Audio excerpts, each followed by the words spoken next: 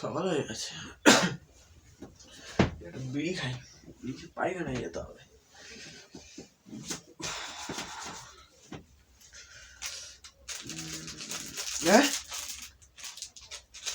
বিড়ি নেই, আমি হাগবো কি করে খেয়ে?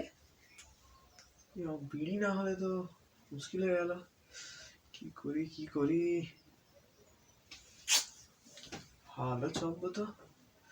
ভগবান, একটা বিড়ি না হলে খাবো কি? দেখি ফোন করি।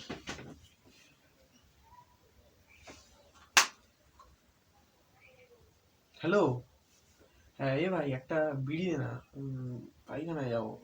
আমার কাছে এক পিস আছে রে গান্ডু, ওটাকে আমি তোর কাছে একটা বিড়ি পড়ে আছে? হ্যাঁ। হায় হায়, চল চল এখন আচ্ছা ঠিক আছে রাখ।